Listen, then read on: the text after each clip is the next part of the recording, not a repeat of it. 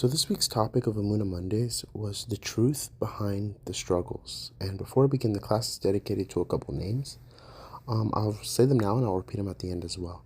So it's honor of Refuah Shalema for Leah Lilach Bat Sarachana. May she have an immediate, speedy, full recovery. As well as the Lule Nishma for Gabrielle Masauda Bat Sarah and Roger Asher Ben Marcel. May both their neshamas have the ultimate aliyah. And I want to also have in mind the safety of Israel and everybody there, as well as every wounded soldier and every wounded person. May they have a speedy, immediate, full recovery, as well as all the people that were murdered. May they have a Lule Nishmat. And for all the hostages to come back safely. So the topic of the truth behind the struggles. The thing is, most people will do everything to avoid struggling, whether it's financial struggle or relationship struggle or mental struggle or physical struggle. Like, we really strive and do as much as we can to avoid it. But the truth is, if you look in history, especially in the Torah, the key thing that made a person who they were was the struggles. And if you think about it, every person mentioned in the Torah struggled, like significantly struggled. Abraham, Isaac, Jacob, like Sarah, Leah, like you name it, they struggled, like horrific struggles. Like, not just like, oh, I'm tired, oh, it's so painful. Like, they really, really struggled and suffered, like genuine things. Like, the first one that comes to mind would be like Rabbi Akiva. Like, he went to the most funerals known, like, ever. He witnessed 24,000 of his students. I believe that was the number. And on top of that, he was skinned a lot. Like, literally, his death was brutal and, like, horrific. And it's like, these are, like, one of the tzaddikim. And it's like, why do they struggle so much? And the truth is, it's because you have to realize the struggle is not a punishment. It's not a bad thing.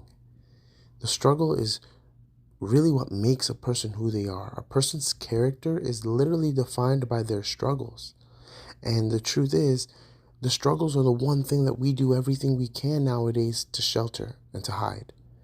It's like, for instance, if somebody grew up with only one parent, they try to really represent the fact of two parents and making up for it and hiding the fact that nobody would ever question where they come from and this and that. When it's like, embrace it. The truth is, embrace it. Yeah, I grew up with one parent. Yeah, I didn't have the best upbringing. Yeah, I didn't have the most religious upbringing. Like, there's nothing to be ashamed of. Yeah, it was struggle. It was tough. But you know what? It's also what makes you. It's like everybody thinks that, oh, I want the perfect person. I want the person that had a perfect life. But the truth is, those people are like, there's nothing special. There's nothing great about those people. Those people don't even exist. They really don't exist. Every single person struggles, but at the same time, it's what makes somebody beautiful, is knowing their struggles and knowing how much effort, how much work was put into something. That's what makes it beautiful. And that's also what creates value.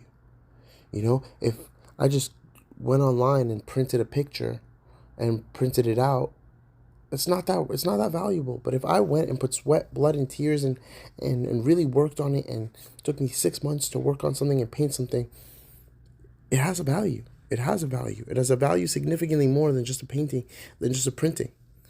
And it's like important to realize struggles is what creates value. There's a lot of beauty in the struggles. And it's like, as soon as we embrace the fact that struggles are beautiful, we're just going to keep running away from them and keep sheltering them. And the truth is, the struggle is genuinely, it is beautiful. And when you can embrace the struggles rather than hide from them or run away from them, you'll start realizing the amount of blessings that are in this world. Because yes, everywhere you turn, there's struggles. Financial struggle, relationship struggle, mental, physical. Like, it goes on and on. There's struggles everywhere. And people think the better you are, the more you grow, the less struggles you're going to have. That's not true. It's not true. You're just going to have more struggles. Like, as soon as you conquer one step, there's another step waiting for you. But you know what? You can look at it from the aspect of like, that's exhausting, I quit. Or it's like, it's so beautiful because Step 2 was never available to me without me taking step 1. Step 10 is not relevant unless I get through 1, 2, 3, 4, 5, 6, 7, 8, and 9. And that's the thing nowadays. Is like we anticipate 5 steps ahead, 10 steps ahead, 20 steps ahead. When it's like, it seems unreal, it seems stressful, it seems exhausting, but that's only because we never took the proper steps. Don't stop worrying about step 5 when you haven't even passed step 2. It's not relevant. It's not relevant. By the time you face step 5, it's not going to be as scary as when you viewed it when you were on step 1. It's not. That's just part of life. And that goes for weddings, that goes for marriage, that goes for jobs, that goes for careers, that goes for relationships, friendships, everything. Where that fear comes from and the concept of what's making it a struggle is our vision and mindset that it's so much further ahead. And it's like we're trying to anticipate things that don't exist yet. They don't exist. And it's like, it's not a struggle. The truth is, there's nothing, the only thing that's struggling, that makes it a struggle is the contemplation leading up to it. Because the actual thing, a lot of the times, is not that difficult. It's not struggling. The struggle is, am I doing the right decision? Am I making the right move? Am I talking? Am I dating the right person? Am I applying to the right job? That's where the struggle kicks in. And it's like, the actual struggle it doesn't exist. The struggle is not there.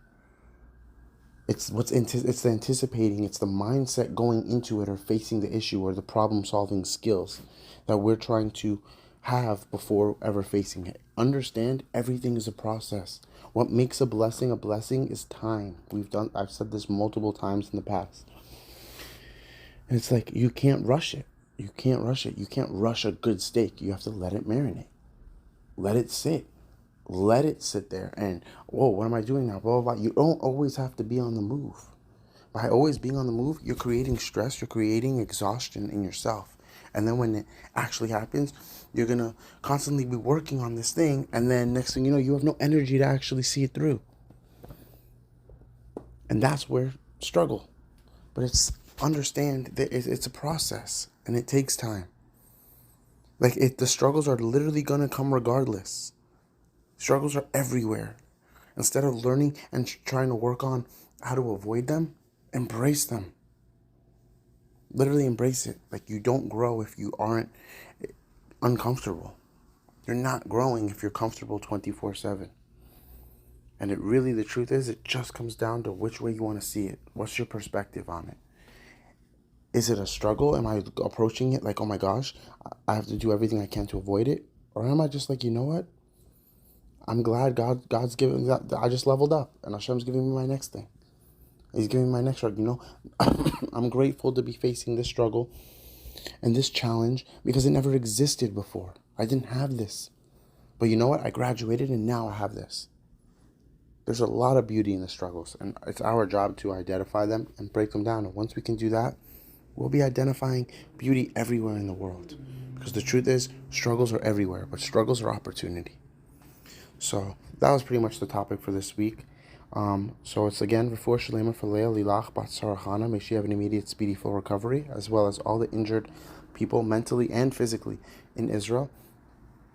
And Lula Nishma for Gabrielle Misaud Bat Sarah and Roger Asher Ben Marcel, as well as every single person that was murdered in Israel. May their neshamas have the ultimate aliyah. And again, just have in mind all the hostages. May they all come home safe. Thank you, and I'll see you guys next week.